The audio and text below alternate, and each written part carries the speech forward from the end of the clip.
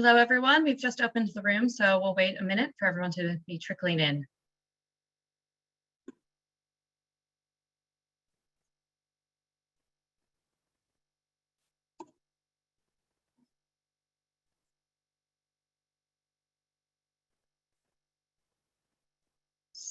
Okay, we're still seeing these numbers tick up, so just give us one more minute before we get started.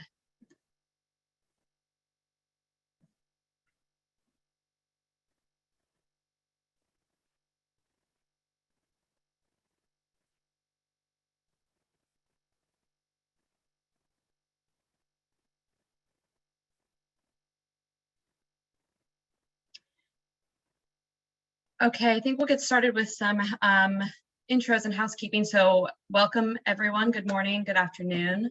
Thank you for joining us today for a deep dive webinar on the Science-Based Targets Initiative's corporate net zero standard.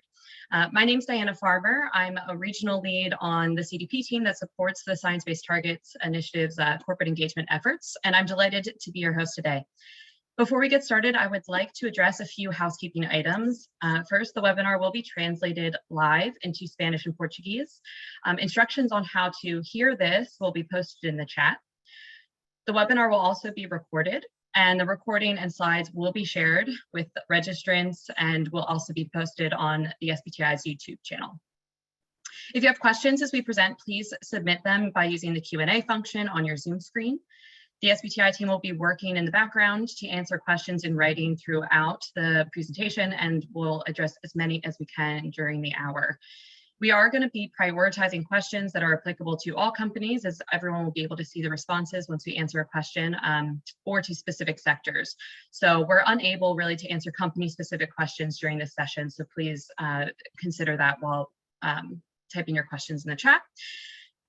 And with that, I think we can move to introduce today's speakers, all representatives of the SBTi core team.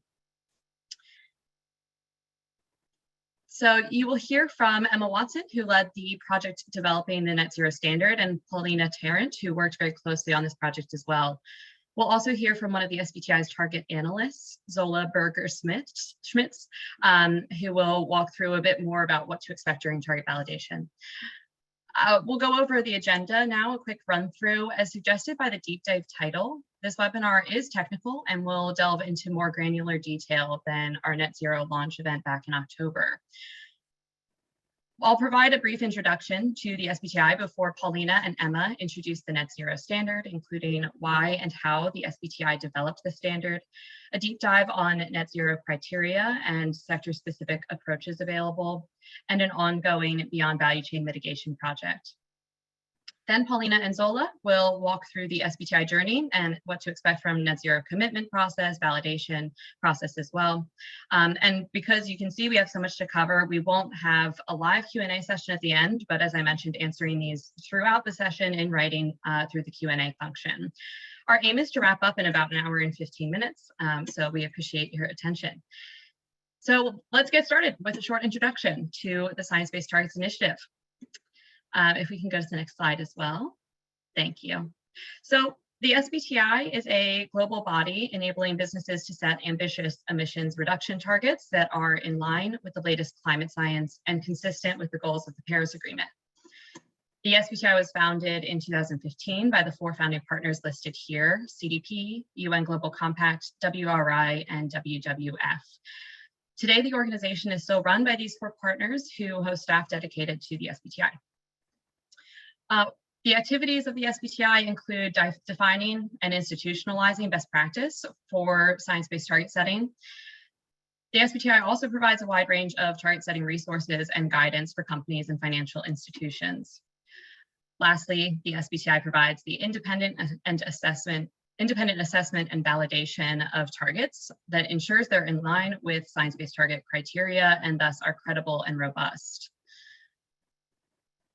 On the next page, we'll see what science-based targets are in a nutshell. So science-based targets provide a clearly defined pathway for companies and financial institutions to reduce greenhouse gas emissions in line with what the latest climate science says is needed to limit warming to 1.5 degrees C. Simply put, they help you determine how much and how fast your company needs to reduce greenhouse gas emissions so you can confidently do your part to avert the most catastrophic impacts of climate change. Most importantly, this includes setting near-term reduction targets that span 5 to 15 years and are in line with the level of decarbonization needed to limit global warming to 1.5 C above pre-industrial levels. These near-term targets are what the Science-Based Targets Initiative first developed back in 2015 and has been validating ever since. The other type of target that the SBTi now validates and which represents best practice is a long-term target to reach net zero emissions by 2050 at the latest. Finally, it's important that companies publicly disclose emissions on an annual basis to provide transparency and to ensure stakeholders that the company is on track to achieve both the near-term and long-term targets.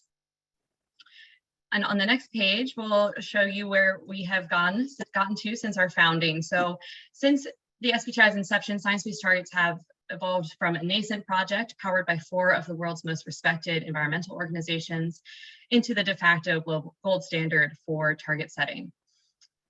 We're proud to be embraced by the climate action ecosystem, and to show that, we have more than 2,770 companies have committed to setting targets, with over 1,270 having validated targets. Companies taking action through the SBTi represent over 1/4 of global market cap. We're currently working on our annual progress report, which will be published later this month. This will showcase the momentum and impact achieved with science-based targets to date, what challenges we face, and how we plan to overcome them. And our progress report from last year, which is displayed here on this slide, demonstrated that science-based targets are effective and that companies with approved targets are following through on them. And with that, I am happy to hand over to Paulina and Emma to discuss the development of the Net Zero standard. And I believe Paulina is up first, so over to you. Great, thank you so much, Diana. Hello, everyone. My name is Paulina, and I'm going to quickly walk you through kind of why and how the SBTi has developed the net zero standard. If we could go to the next slide, please. So before we kind of look at the net zero standard, it's important to zoom out a little and understand what net zero means at the global level.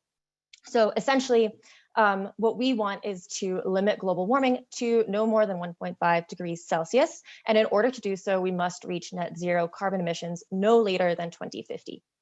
So, however, where we are today, we're in a current state of imbalance in the amount of anthropogenic greenhouse gas emissions that we are emitting to the atmosphere and the amount of carbon removals. And what we would need to get to get to a point of global net zero is to have a reduction in the amount of greenhouse gas emissions to the point where it will be balanced out by the amount of carbon removals. Next slide, please.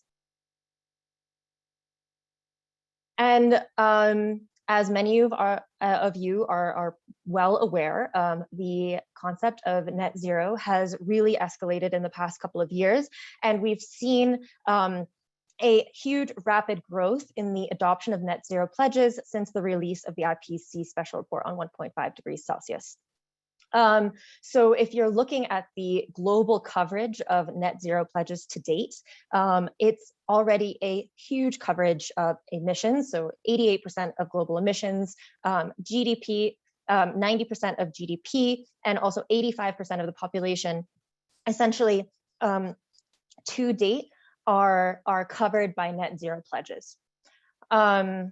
However, since we've kind of rapidly seen this growth in net zero pledges without a benchmark to kind of compare all of these pledges, we've seen a lot of very common criticisms arise over the years. So essentially, the main criticisms include an incomplete boundary. So a selective inclusion of the types of emission sources, just carbon dioxide, excluding methane, et cetera, in these corporate net zero targets. We're seeing some of the net zero pledges delay action in terms of kind of ignoring interim milestones and just looking into the long term, whereas we really need to see action earlier than that, and making sure that companies have targets in the near term. There's a difference, a mitigation deterrence. So there's also been a very big focus on offsetting instead of the reductions in emissions that are necessary. And then finally, there's been a poor accountability, a lack of scrutiny on these voluntary commitments. So in developing the net zero standard, the SBTi has really tried to keep these 4 criticisms in mind in making sure that we're covering these in kind of the definition and standards that we're providing. Next slide, please. And so the net zero standard development process really kicked off in September 2020. At this point, we had already done a lot of work on kind of developing the principles of net zero and had synthesized those into our net zero foundations paper. So we released that back in September 2020 and then kicked off the development process of the actual standard, the methods, guidance, and target setting tools. And in order to do so, we really highlighted and emphasized having a transparent, inclusive, and highly engaged process. So we had over 800 stakeholders provide input throughout the development of the standard. A large amount of that input came from our expert advisory group, which was a group of about 42 experts from a very diverse set of backgrounds, from civil society, academia, and business, who throughout provided input and guidance and feedback on the materials that we're drafting. We also put the materials out for public consultation twice. We received 400 responses in the first public consultation and over 160 in the second. And another crucial piece was our road testing process, which took place over the summer of 2021, where we had over 80 companies take the drafted methods, guidance, and tools and really implement to see how they would work in practice and provide feedback on on the results that they were seeing, and kind of providing some more information as to how we should further make the standard more robust. And then finally, we released the standard in October of 2021, right before COP26. Next slide, please.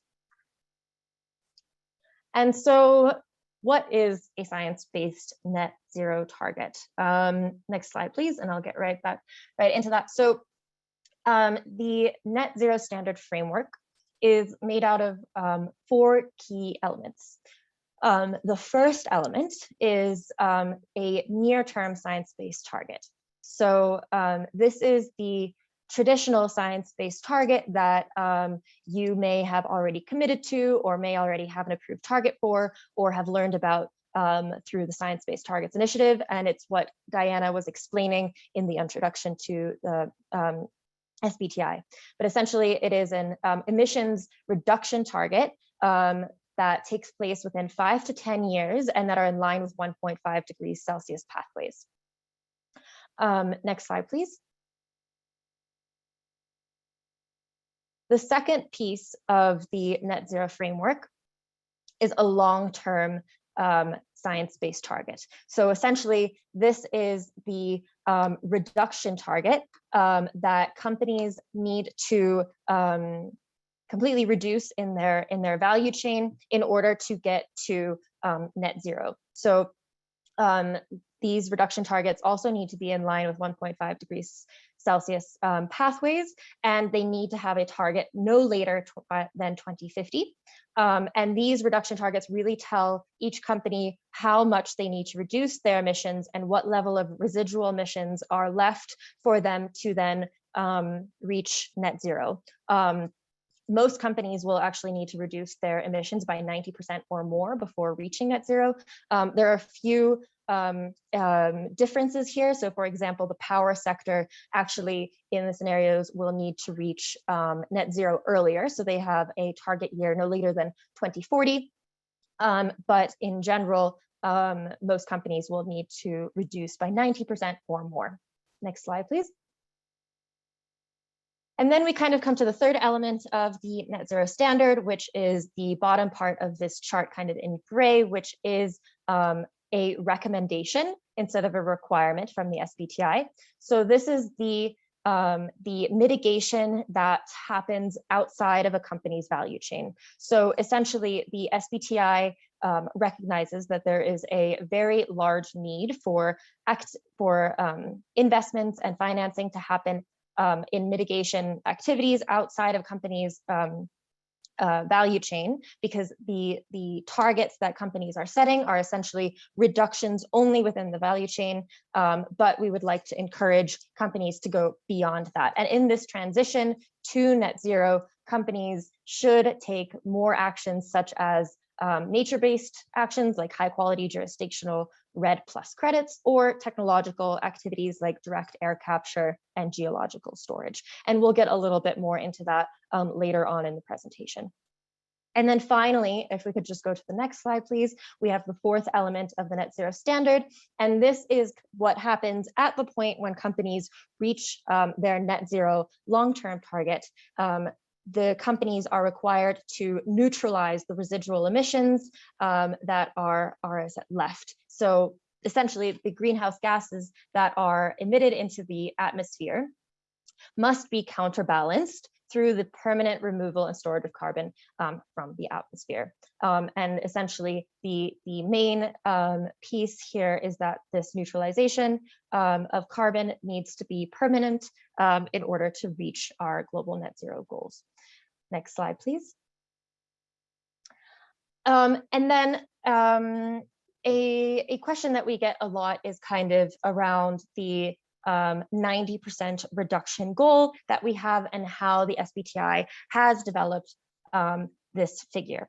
And so essentially, in order, so evidence shows that we can fully or nearly fully decarbonize the economy, and the climate and sustainability goals that we are looking at and that we use are the ones that have the fewest adverse impacts on the sustainable development goals.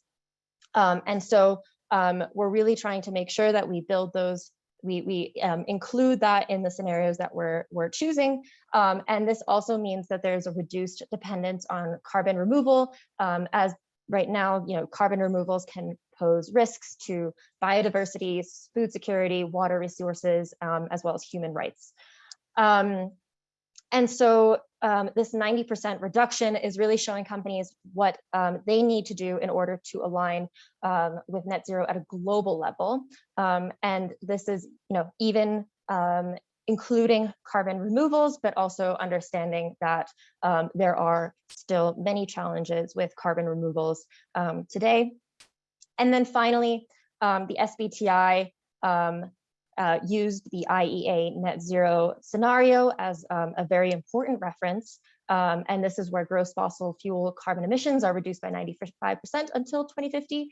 But it's important to note that the SBTi's approach was very holistic in terms of including other scientific reviews and making sure to work very closely with our scientific advisory group, which is a very important body for the SBTi. Next slide, please. And so to understand a little bit more about what we mean by reaching a state of net zero emissions, I'm going to explain here a little bit more about when exactly a company can claim that they have reached net zero. So until companies have reached net zero emissions, they're kind of still in the transition to net zero. And so once a company has reached net zero emissions, this means that the company is in a state where the company is still creating value to society and shareholders, but they're not causing any more accumulation of greenhouse gases into the atmosphere.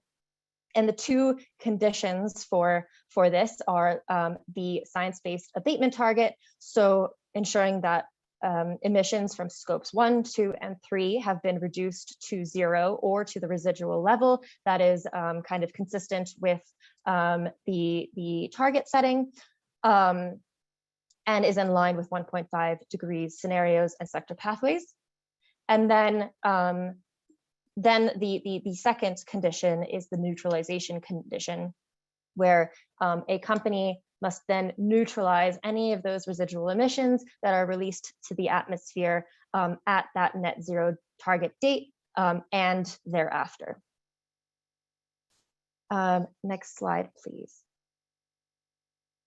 And with that, I'm going to hand it to Emma, who's going to take you through a deeper dive into the net zero methods and criteria. Thank you. Thank you very much, Paulina, and thank you to everyone who's on the line today listening. It's great to see so many of you here today.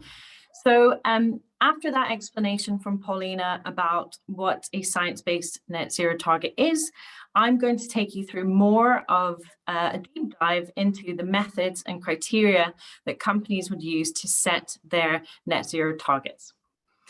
Great, so if we go on to the next slide, please.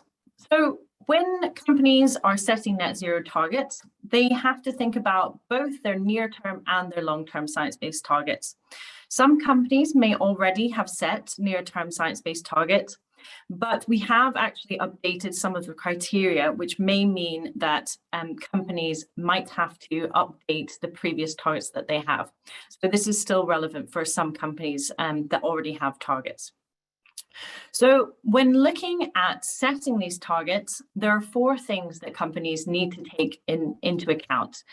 The first thing to take into account is the time frame of the target. So what is the maximum time frame to meet your target? So for near-term science-based targets, the time frame for those targets is 5 to 10 years from the date of submission. So a commonly asked question that we get is if the time frame is 5 to 10 years from the base year or 5 to 10 years from the date of submission. It is indeed from the date of submission. For companies that already have science-based targets and the time frame may be 5 to 15 years. So if you have a 15-year target that's already set within the Science-Based Targets Initiative, we are actually waiving the requirement to update that now. So if you already have a 15-year target, you don't have to worry about that. You can still set a net zero target. For long-term science-based targets, as Paulina already described, these targets are for 2050 latest. However, if your company is in the power sector, it actually is 2040 latest because these companies in these sectors have to decarbonize earlier. The second thing that needs to be taken into account is the ambition of a company's target. So essentially that is, what is the temperature alignment that your target is aiming for or aligning to? So for near-term science-based targets, it needs to align with 1.5 degrees Celsius for scope 1 and 2 and well below 2C for scope 3. So if your company has a well below 2C target for scope 1 and 2, you would need to then update your target to align with the net zero standard if you wanted to make that net zero commitment as well. In the long term, companies' targets need to align across all 3 scopes to 1.5C in terms of their ambition. So there is a ratchet up in ambition for scope 3 from the near to the long-term science-based target. The third thing that companies need to think about is the boundary of their target. So this is essentially asking how much coverage of my emissions inventory needs to be included within the target. So for the near-term science-based target, companies need to include 95% of scope 1 and 2 emissions. And if their scope 3 emissions are over 40% of their total, they then need to cover 2/3 or 67% of their scope 3 emissions within the target boundary.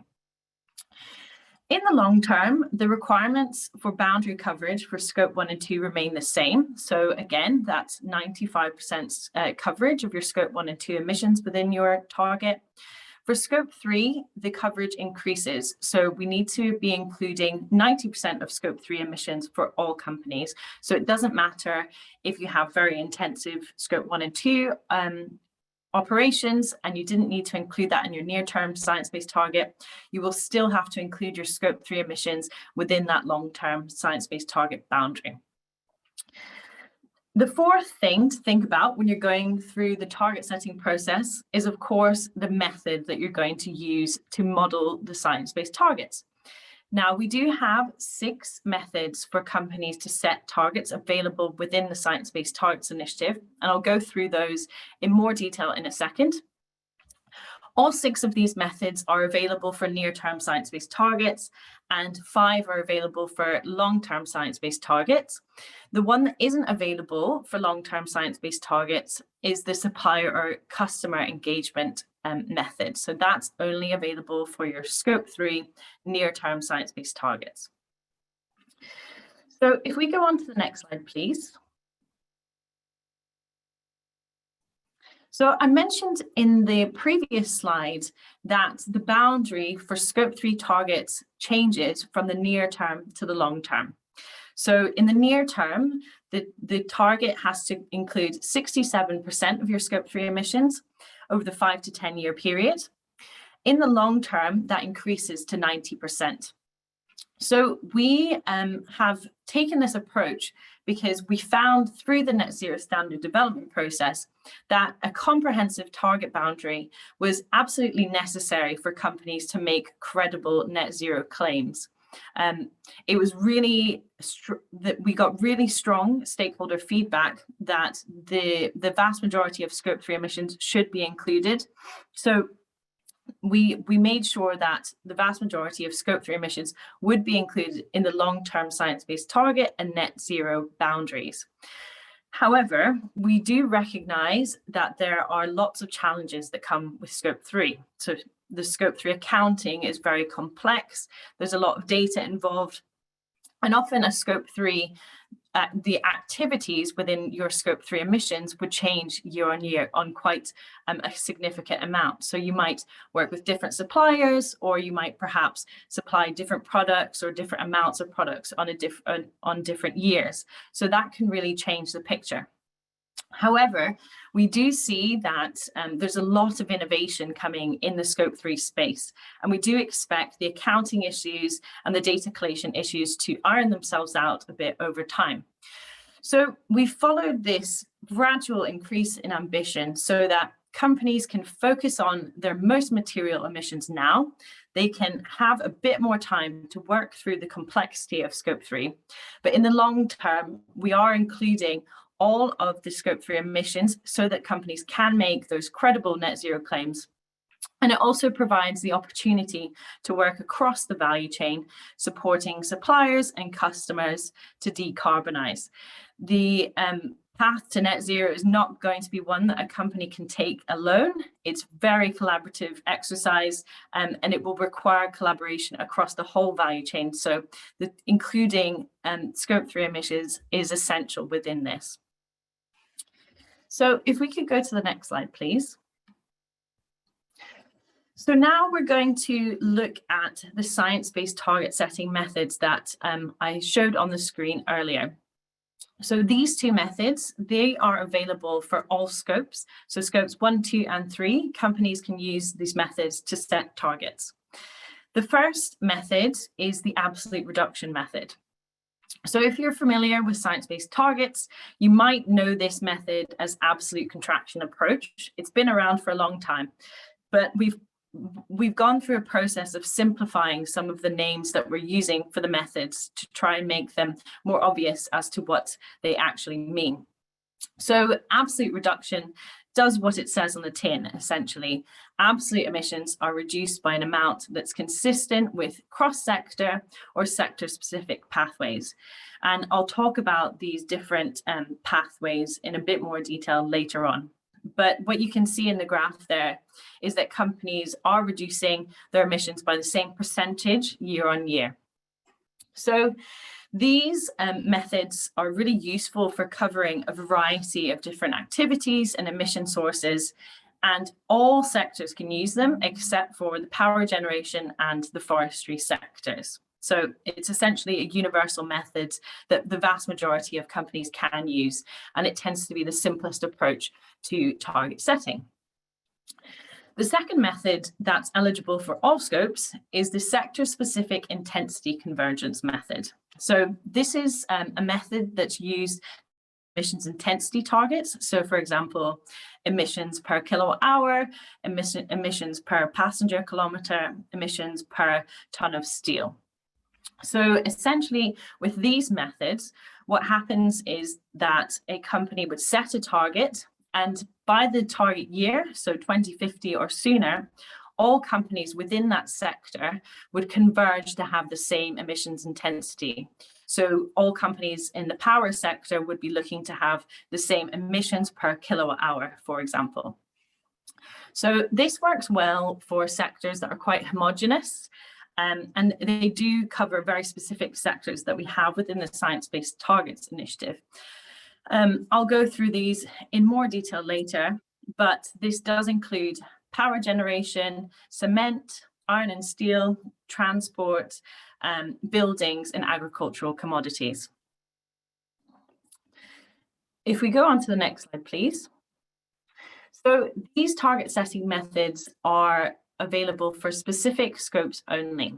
So if we look at the first method that we have here on the screen, that's a renewable electricity method. So this applies to scope 2 only, because scope 2 is where a company would account for its electricity emissions. Using this method, companies would look to actively procure at least 80% renewable electricity by 2025 and 100% renewable electricity by 2030. So we often get asked whether the base year matters for renewable electricity targets, but it doesn't. All we need to be doing is getting to 80% of your renewable electricity by 2025 and the same 100% by 2030. So everyone's trying to get to the same goal, and that's illustrated quite well in the graph on the bottom left-hand side of the screen. Then we have some methods that are available for scope 3 only. So the first of these three methods are very similar. So the scope 3 economic intensity reduction and scope 3 physical intensity reduction. So the economic intensity reduction target is looking at emissions per economic unit. And then the physical intensity reduction, similar to on the previous slide, the sector-specific physical intensity reduction, or convergence, sorry, that would be emissions per unit of product or some other physical physical metric that a company finds useful for their business operations. So using these methods, the company would, at a minimum, reduce their emissions intensity by an amount that's consistent with well below 2C for near-term targets and 1.5C for long-term targets. So in the near term, a company would be reducing their emissions by 7% year on year. And then in the long term, they'd be looking to reduce their emissions in total by 97% in comparison to the base year. The final scope 3 method is eligible for only near-term science-based targets. We mentioned it before, but it's the engagement method. So this is when companies would set a target for their customers or their suppliers that represent a certain percentage of their emissions to set their own science-based targets. So just to give you an example, we have here on the screen, so suppliers representing X% of scope 3 emissions will set science-based targets. So these targets are set for 5 years into the future for a company's date of submission. So for example, it could be that suppliers representing 66% of scope 3 emissions would set science-based targets by 2027, something along those lines. So if we go on to the next slide, please, we're going to talk a bit more about the data that's required to model net zero targets. So when we're looking at the data that we need, it's actually fairly simple when we break it down like this. So I guess, first of all, you need to know what your base year is going to be. So the base year has to be no later than 2015, It also has to be the same as your near-term science-based target if you already have one. So that's an important place to start. And then we want to be looking at your base year inventory. So hopefully you will have been able to calculate your scope 1, 2, and 3 emissions. We do recommend that companies use the Greenhouse Gas Protocol. They provide the most comprehensive guidance on greenhouse gas accounting. The SBTi, we do provide some limited guidance on greenhouse gas accounting, but for very sector-specific cases. So we'd recommend that companies look at the sector-specific guidance that you might find within the SBTi criteria to see if there's anything that would be relevant for your sector. Now, you would then have your scope 1, 2, and 3 inventory. If you were looking to break down your inventory to model multiple targets, then you'd also have to have it broken down in that way. So to give you an example, if I were a company in the building sector that was doing a lot of development, I might have quite a lot of steel, cement emissions in my supply chain. I might have operational emissions for buildings also in my scope 1 and 2. And there might be some other emissions associated with business travel or employee commuting. So in this example, the company might want to break down their emissions footprint into cement, steel, buildings, and then other, and then use that to set, for example, 4 different targets. We only recommend that companies break their emissions down like that if they do have significant chunks of emissions associated with heavy emitting sectors. It doesn't need to be overcomplicated, but it can be useful to have those specific targets if relevant to your company. The final thing that you would need to know if you were using the intensity methods is your base year output. So if you're trying to calculate emissions per ton of steel, you would obviously have to know what the output of steel that your company produced was in the base year. Then what we can see on the right-hand side of the screen is some screenshots from the Netzero tool. So the Netzero tool is available on our website for you to download and to have a play around with. And this is where you would input your data. It is actually separate from the SBTi tool. We do get some questions around that, and this slide, I guess, is not 100% correct in that we would use the Netzero tool, not the SBTi tool, to calculate net zero targets. So you download that from the website, and you'd see the one section for absolute method data input. So if you're calculating absolute targets, this is where you'd input your data. And it's quite small on the screen here today, but the inputs are fairly simple. So first of all, you would be looking to first say what the coverage was of your target. So whether it was scope 1 and 2, scope 3, you would put in what scopes it covered. The next thing that you would say is what approach that you were taking to model your targets. So for the absolute methods, you would be using the absolute reduction approach. You would insert your base year, your target year, the pathway that you're using, then your scope 1, 2, and 3 emissions as relevant, and then the targets would be output. Then for the intensity method, it's very, very similar, except in this case, you would input what the sector was and also the base year output. So for using that example, the tons of crude steel or whatever the metric was that you were using. Great. So if we could go on to the next slide, please. So first of all, we want to just go a bit more into detail about sector-specific guidelines.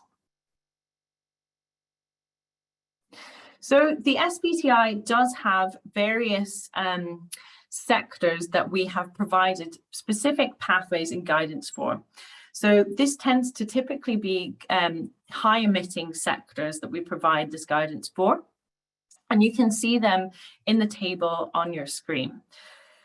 The table also differentiates between pathways and guidance. So what this essentially means is that pathways are what you would use to calculate your targets. And then guidance is actually documentation that would sit alongside this. We don't always publish both guidance and pathways. We may just publish pathways for companies, and then the guidance may follow later, or we may not feel that the guidance is necessary for some sectors. What you might also notice on this slide is that there are lots of 1.5C pathways that are under development and due for release quite soon. This is because the SBTi has in the past mainly provided pathways that were aligned to well below 2 degrees scenarios. The SBTi is moving as a whole towards encouraging companies to set 1.5C targets as of July this year. That will actually be a requirement. So we're updating many of the pathways to align with 1.5C. And so those are coming out fairly soon. We do have some pathways that are already available for long-term science-based targets. So we have an agricultural pathway, buildings, iron and steel, cement, and power generation already available for companies. So you can see quite a variety of sectors that are listed out in this screen.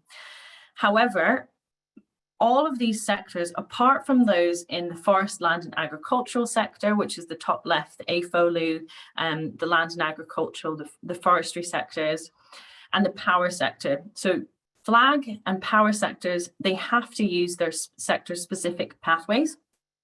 All of the other sectors can use the cross-sector pathway or their sector-specific pathways. They have a choice. So we'll talk about that in the next slide.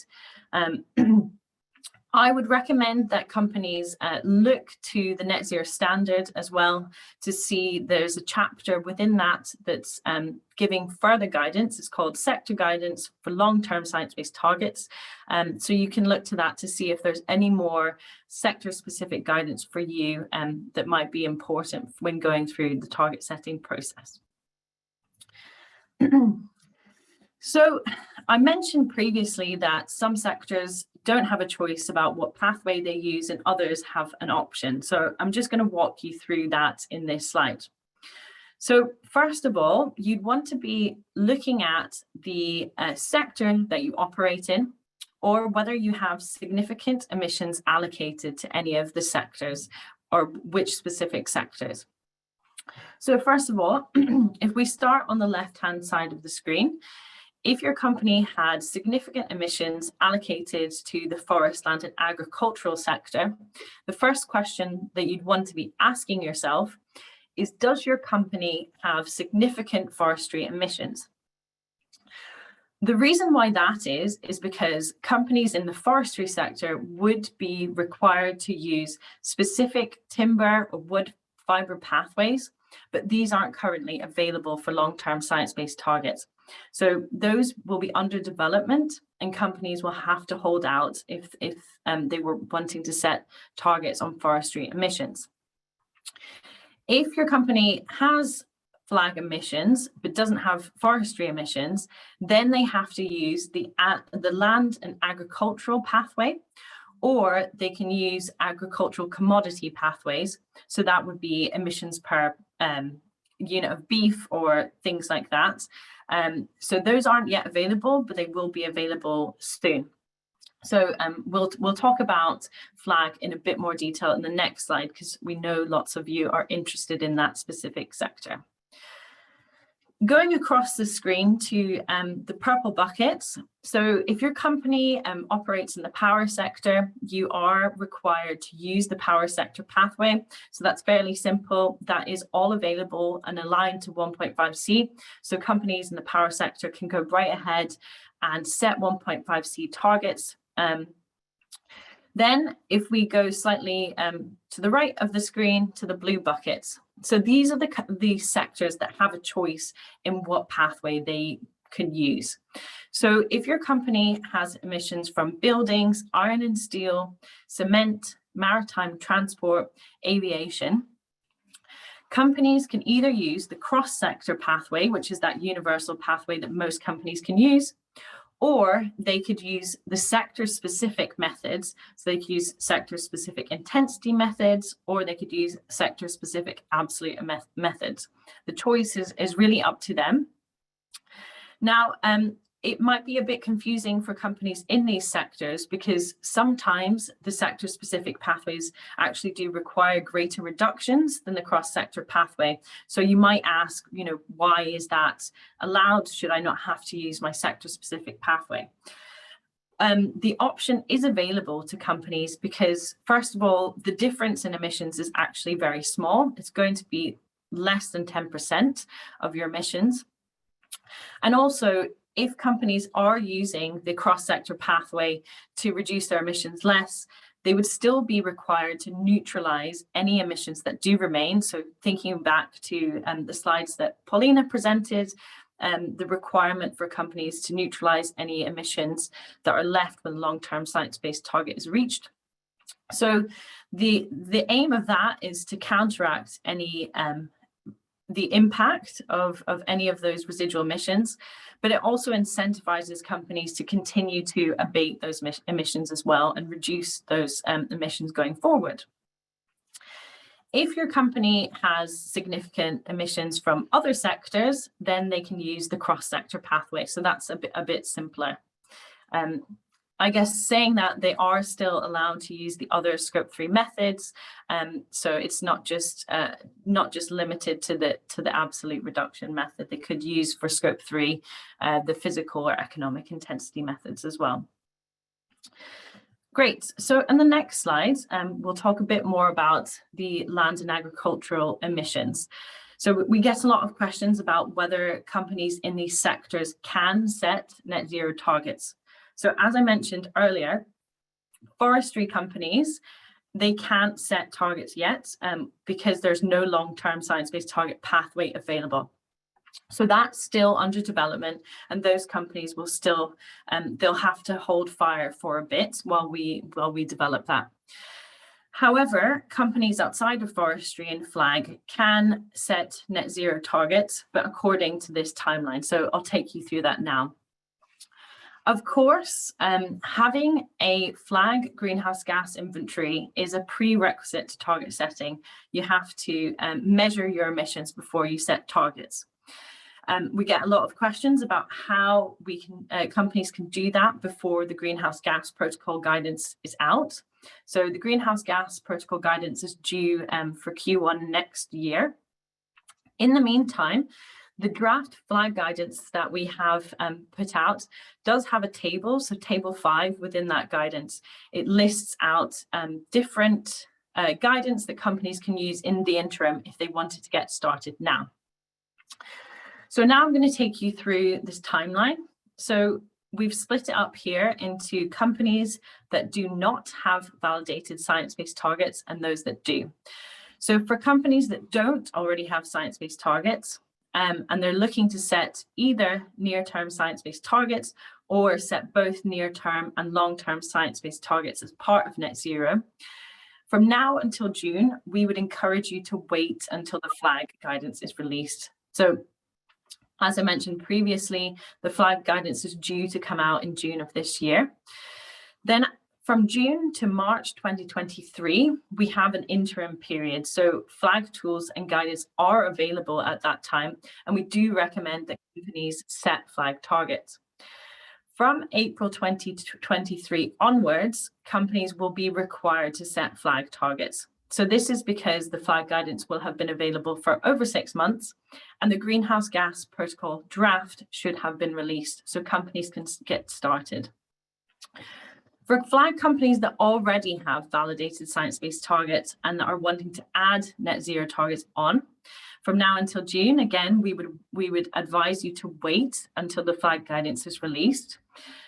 After June, we do recommend that companies would set flag targets. Now, the reason why we recommend this is because if companies don't set flag near-term targets, they'll have to come back before the end of 2023 to set flag targets anyway. So it's going to save them time, it's going to save them resource to wait and set those targets as a package rather than just looking at the non-flag emissions now. And then same as everyone else, in April 2023 onwards, flag targets will be required. Great. So now we're going to switch topics slightly, and we're going to talk about the beyond value chain mitigation piece. So again, thinking back to the slides that Paulina presented earlier, so the beyond value chain mitigation piece was the third element of a company's net zero target, and it's a recommendation essentially that they go above and beyond their science-based targets to mitigate emissions outside of their value chain. So it's quite a new concept and a lot to take in. So first of all, we just wanted to start by explaining some of the terminology that we're using here. So if you have been familiar with previous versions of the Net Zero Standard and the Net Zero Foundations paper, we had been using the term compensation. We're now phasing that term out and moving towards beyond value chain mitigation, which is encompasses more actions that companies can take. So I guess starting from the outside in, the first term that we're using here is mitigation. So mitigation is any human intervention to reduce emissions or enhance sinks of greenhouse gases. The next term that we use often within science-based targets is abatement. So these are the measures that companies take to prevent, reduce, or eliminate sources of greenhouse gas emissions within their value chain. So this includes reducing energy use, switching to renewable energy, retiring high-emitting assets, things like that. So anything that a company does within its value chain, and it would count, therefore, towards meeting its science-based targets. Beyond value chain mitigation is anything that a company would do to mitigate emissions that doesn't sit within its value chain. So, and this also includes things that avoid or reduce emissions, or also things that permanently remove and store emissions. So it's any of those different actions that a company could take. Compensation, on the other hand, so I mentioned that we are phasing out that term, but we had used that previously to distinguish actions that companies could take to help society avoid or reduce emissions outside of their value chain. So note here that the difference between compensation and beyond value chain mitigation is that it didn't include removals within that, whereas BVCM includes avoid, reduce, or remove actions. Then finally, we have this term neutralization that Paulina explained earlier. So that's when companies, the measures that companies take to remove carbon from the atmosphere and permanently store it, with the aim of counterbalancing any emissions that remain unabated. So if a company has residual emissions when it reaches its long-term science-based target, it would use removals to then neutralize those emissions and reach net zero. So that's just an overview of some of the terminology that we're using within the Net Zero Standard to hopefully make that a bit clearer.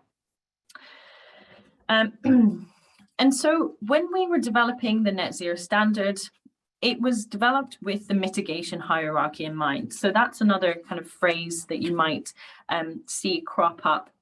Essentially what this means is that companies should focus on abatement. So reducing emissions within their own value chain first and foremost. The next thing that companies should be focusing on is going beyond their science-based target to look at all of the actions that they could take to mitigate emissions outside of their own value chains. So it's important that the companies are abating their emissions in line with 1.5C scenarios, and then thinking about how they can go above and beyond. Finally, a company should start thinking about the neutralization actions to balance any remaining emissions when it reaches its long-term science-based target. What has been common practice with net zero targets is that they would focus purely on beyond value chain mitigation, or to put it in more commonly used terms, they would think about this using offsets only without thinking about the abatement piece and also without thinking about the neutralization piece. So if we go on to the next slide, please. This slide is intended to give you some examples of what the actions a company might take within these different buckets could be. So this slide is split up into the top row being things that reduce emissions and the bottom row being things that remove emissions. So on the top left, we can see abatement actions. So these are within the value chain and will count towards science-based targets. So this is when a company would emit less greenhouse gases through, for example, new technologies. They would switching to renewable energy or more sustainable transport. Outside the value chain, this is when the company is helping others to emit less greenhouse gases. So this could be through preventing deforestation or providing direct finance to projects or technologies. So this would fit within the beyond value chain mitigation bucket. Then if we look in the bottom row, we can see the removals. So some examples of removals are direct air carbon capture and storage, enhanced weathering, bioenergy with carbon capture and storage, afforestation, coastal blue carbon, and then a variety of other approaches. So removals can occur within or beyond the value chain. So afforestation is a good example of this for companies in the forest, land and agricultural sector. So afforestation could be a way that a company in that sector could meet their science-based targets. Companies might notice that the criteria around neutralization at the moment are fairly light. We've stipulated that removals should be permanent, but there isn't too much specificity around what those removals should be. This is because we expect that the frameworks to assess carbon dioxide removal permanence are going to mature over time. So we're watching those developments with a keen eye to make sure that we are developing criteria in line with best practice. So if you're interested in finding out more about this topic, we do have a Beyond Value Chain Mitigation FAQ available on our website. So I'd encourage you to take a look at that and to find out more information. And then another commonly asked question within related to the science-based targets net zero standard is asking what role carbon credits play.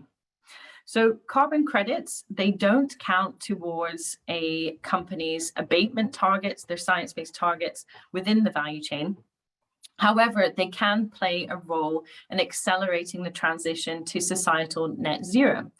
So the way they can do that is in the transition to net zero, which is from now onwards, companies can purchase carbon credits in addition to their science-based abatement. Then at net zero, when companies have residual emissions within their value chain, they'd be expected to neutralize those emissions with removals, and they can source those removals from carbon credits. So that's where we see carbon credits playing a role. But the key thing to note here is that it doesn't count towards value chain abatement. Fantastic. So I think, yes, so here I'm going to pass you over to Paulina again. Thank you very much to everyone for listening.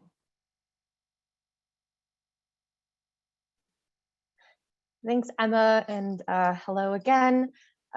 So I'm going to walk you through kind of the SBTi journey, and I'll start with the commitments to net zero, and then we'll pass it on to go through the actual submission process for net zero targets and what that looks like for a company. Next slide, please.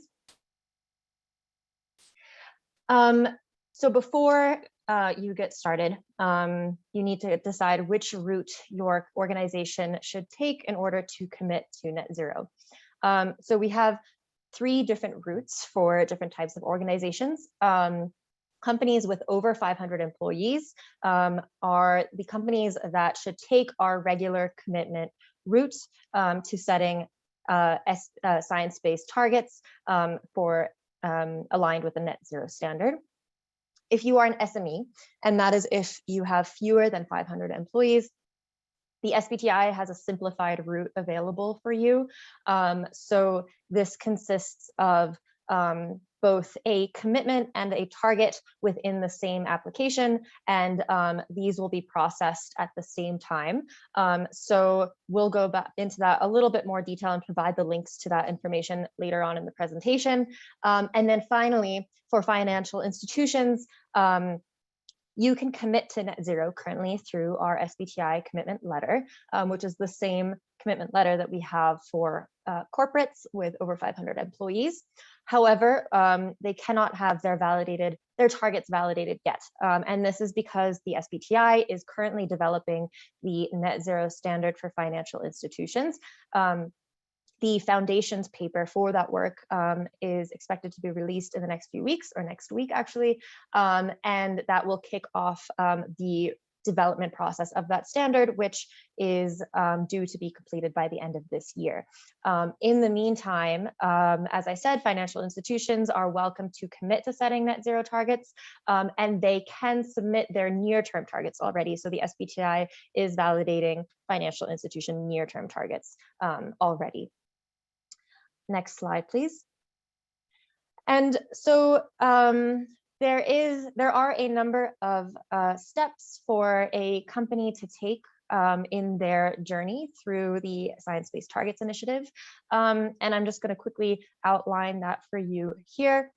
But essentially, there are 5 steps from committing to setting your targets, through developing, then submitting, and communicating your targets, and then finally disclosing. So essentially, how a company gets started with the science-based targets is through a commitment letter saying that the company commits to submitting their science-based targets to the Science-Based Targets Initiative for verification.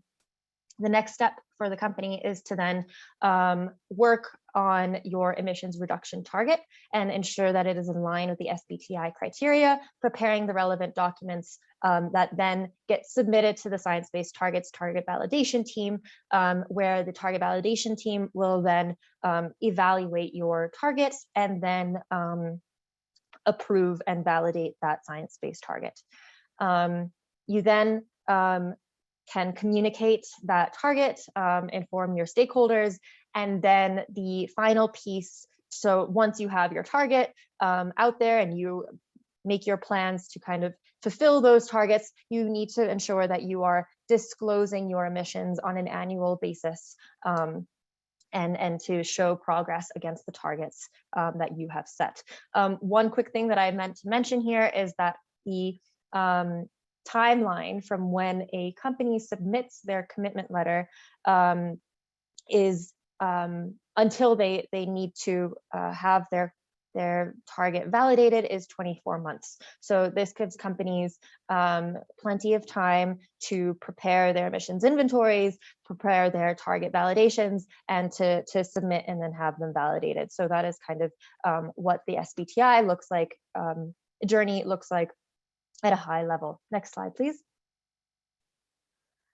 And so we are very excited to have a very big traction already for net zero commitments to the SBTi.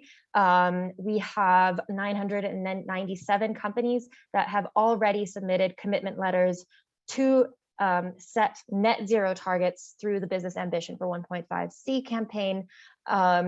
We encourage you to do the same by signing the SBTi commitment letter that is linked here. As you'll notice on the right-hand side of the screen, there's a screenshot of the SBTi commitment letter, and within the commitment letter, there is a tick box, and this is if your company would like to commit to setting net zero targets and not just near-term targets. So you can do that through that process. And essentially, in order to do the full commitment, you fill in this letter and in an online form. And then the SBTi performs a due diligence on that commitment and approves the commitment. And then we'll have that on our website, and you can announce your commitment to setting those targets in the future. Next slide, please.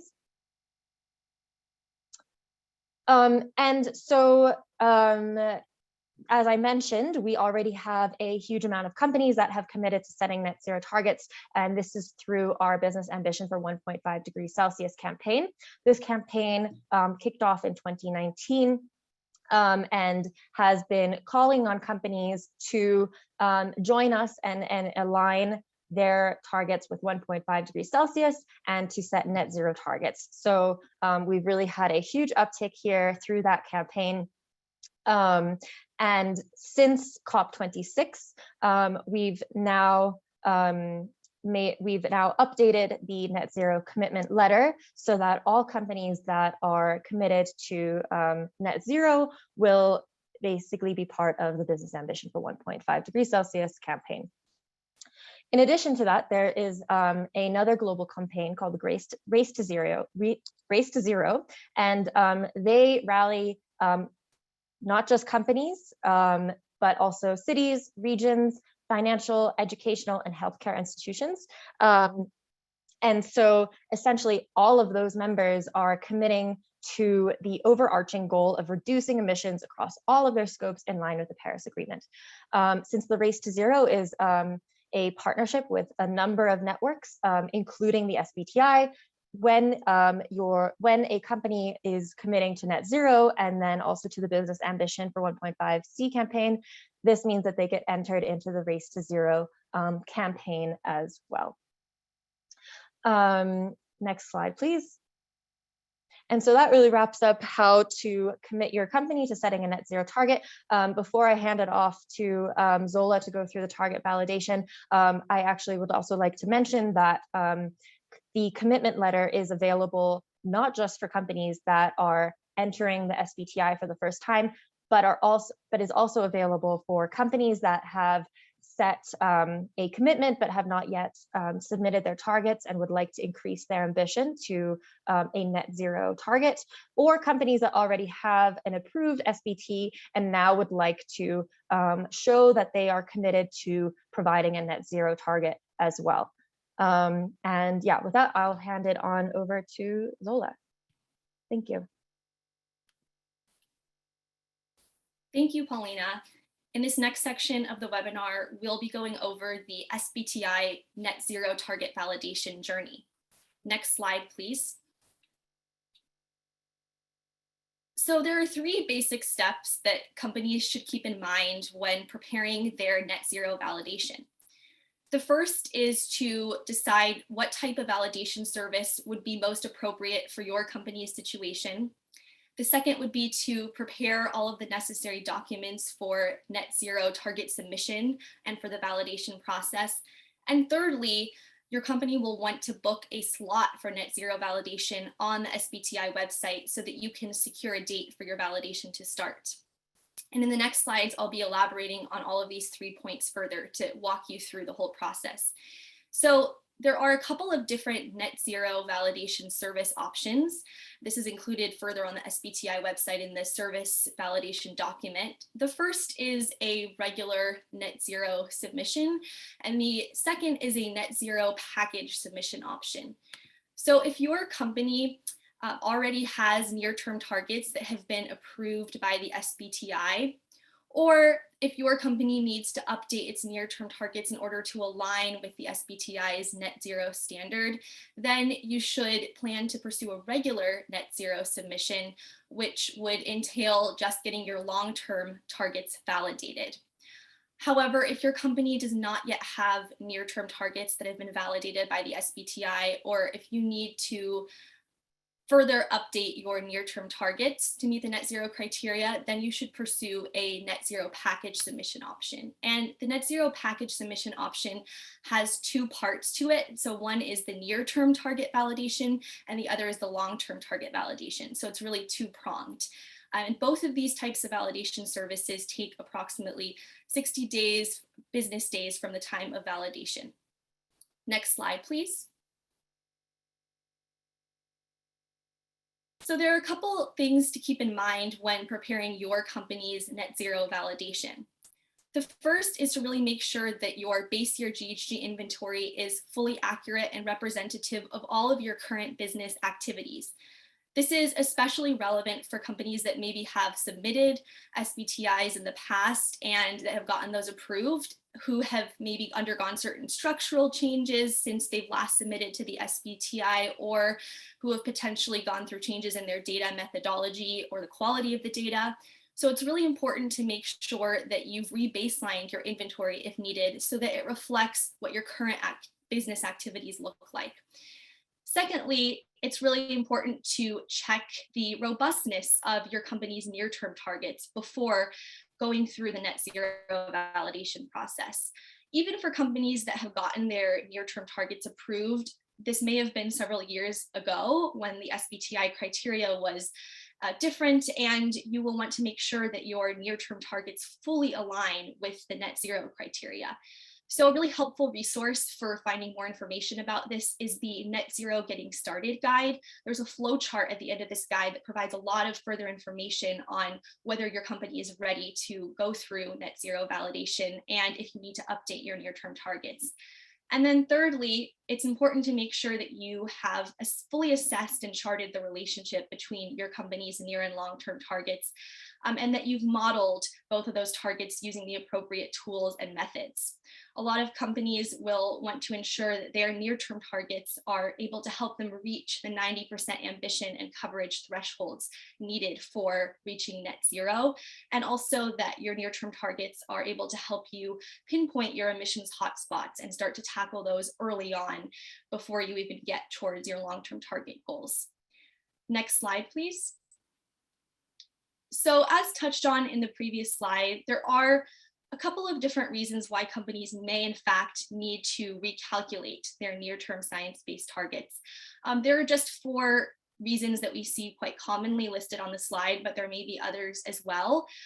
So I think, as mentioned previously in the presentation, some companies may previously have had a base year of 2015 or earlier than 2015, and now the base year must be 2015 or later. And there also may have been, mergers or acquisitions or divestments that your company has undergone since you've submitted science-based targets. So these are all common triggers for recalculation and rebaselining. And the really important figure to keep in mind is that the SBTi defines significance as something that has an impact of 5% or more on your total greenhouse gas inventory. So if you find that you've had certain activities or changes in methodology that have triggered this 5% threshold, then you should go ahead and rebaseline and recalculate targets before going through the net zero validation process. And further information about this is also available in the Net Zero Getting Started guide. Next slide, please. So there are a couple key documents to keep in mind for net zero target validation. All of these can be found on the SBTi website under the Set a Target section. The first is just the net zero target submission form in Word. And this is very similar to the near-term target submission form. It has questions about your net zero and near-term targets. And then the second would be the Net Zero Excel supplement. And this is where you're actually going to put your full GHG inventory and where you're going to also put in the coverage of your long-term science-based targets. And then lastly, the Net Zero tool, which was mentioned previously, and that's what you're going to use to model your long-term science-based targets. It's also important to keep in mind that for companies that are pursuing the net zero package submission route, you'll also want to submit a near-term target update or submission form. Next slide, please. So as many of you may know, the SBTi has now started validating net zero targets. This began officially in January of 2022. And in order to make sure we're able to address as many companies as possible and that companies know when to expect their validation start date, we now have a validation booking system that you can use for any of the net zero validation service options. So as soon as you get all of your documents ready, your company will want to book a slot as soon as possible in the target booking system and go through some of the screening questions, as well as reserving a final date for your target validation to begin. Currently, we have slots booked for the next several months, but we have been expanding resourcing and continuing to move companies forward as much as possible in the booking system. Next slide, please. Now, if your company falls into the SME bucket, which would be an independent non-subsidiary that has less than 500 employees, you are also eligible to set net zero targets through the SBTi. There are a couple of different options for SMEs. In the past, we've had the near-term science-based target setting option, and now we've added a new net zero target setting option for SMEs. So SMEs can now set long-term science-based targets over scope 1, 2, and 3 from a predefined base year with a target year of 2050. And SMEs can go through the SBTi target validation application on the website. There's a specific application for SMEs in order to set these net zero targets at this point. Next slide, please. So in addition to the validation process, we've also simultaneously developed communications guidelines within the SBTi to help companies better communicate and understand the target setting journey. So the SBTi communications guidelines apply to companies at all stages of their SBTi journey, whether they've just set a commitment or whether they've already gotten their targets approved. And it's important to review this before booking a slot for your net zero validation, especially if your company has previously had certain net zero targets or carbon neutral targets, and you now need to adjust those claims or targets to better align with the net zero standard criteria. So there are just some examples below of some of the common types of claims that we've seen from companies before submitting for net zero and how the SBTi would address those claims. And I would encourage everyone to further review that, as well as the SBTi communications guidelines in more detail, which can be accessed at the link provided in the slide. Thank you, and I'll now pass it back to corporate engagement team for the wrap up. Thanks so much, Zola, and to all my colleagues for all of that excellent detail. So I think we can just quickly go to the next slide. We just want to leave a few quick reminders here. So the first being that we have developed multiple resources to assist your net zero target development journeys. So please check these out. They are available on the SBTi's resources page and the net zero standard page as well. So if we just quickly go to the next slide. Thank you. The two high-level resources that we recommend for the scientific background to our net zero methodology are the foundations paper. This also can help define some of the jargon that we use, like beyond value chain mitigation, neutralization, et cetera. So really highly encourage you to read that. And the Pathways to Net Zero also provides some of the technical background to our net zero methodology. The next slide and last slide. Lastly, as you heard, we have a few ongoing projects, including the Beyond Value Chain Mitigation project that Emma provided an overview on. We also are working to support your work on net zero value chains, understanding that scope 3 is still quite a challenge for most companies. And finally, we did see some questions in the chat around accountability, and this is all being addressed in our measurement, reporting, and verification project. So our approach to holding companies accountable to the targets that we validate is evolving. So there will be more to come on all of these 3 projects that came out of the Net Zero Standard project. And with that, I think we can go to the last slide, and we can wrap it up. A huge thank you to our speakers, as well as to you all in the audience. Thank you so much for your attention. We tried to answer as many questions as we could. I think we got to a lot of them, but if we didn't get to them, please reach out at info@sciencebastargets.org. We hope you found this to be helpful and leave feeling inspired and prepared to join the science-based target movement. So enjoy the rest of your day, and thank you all again.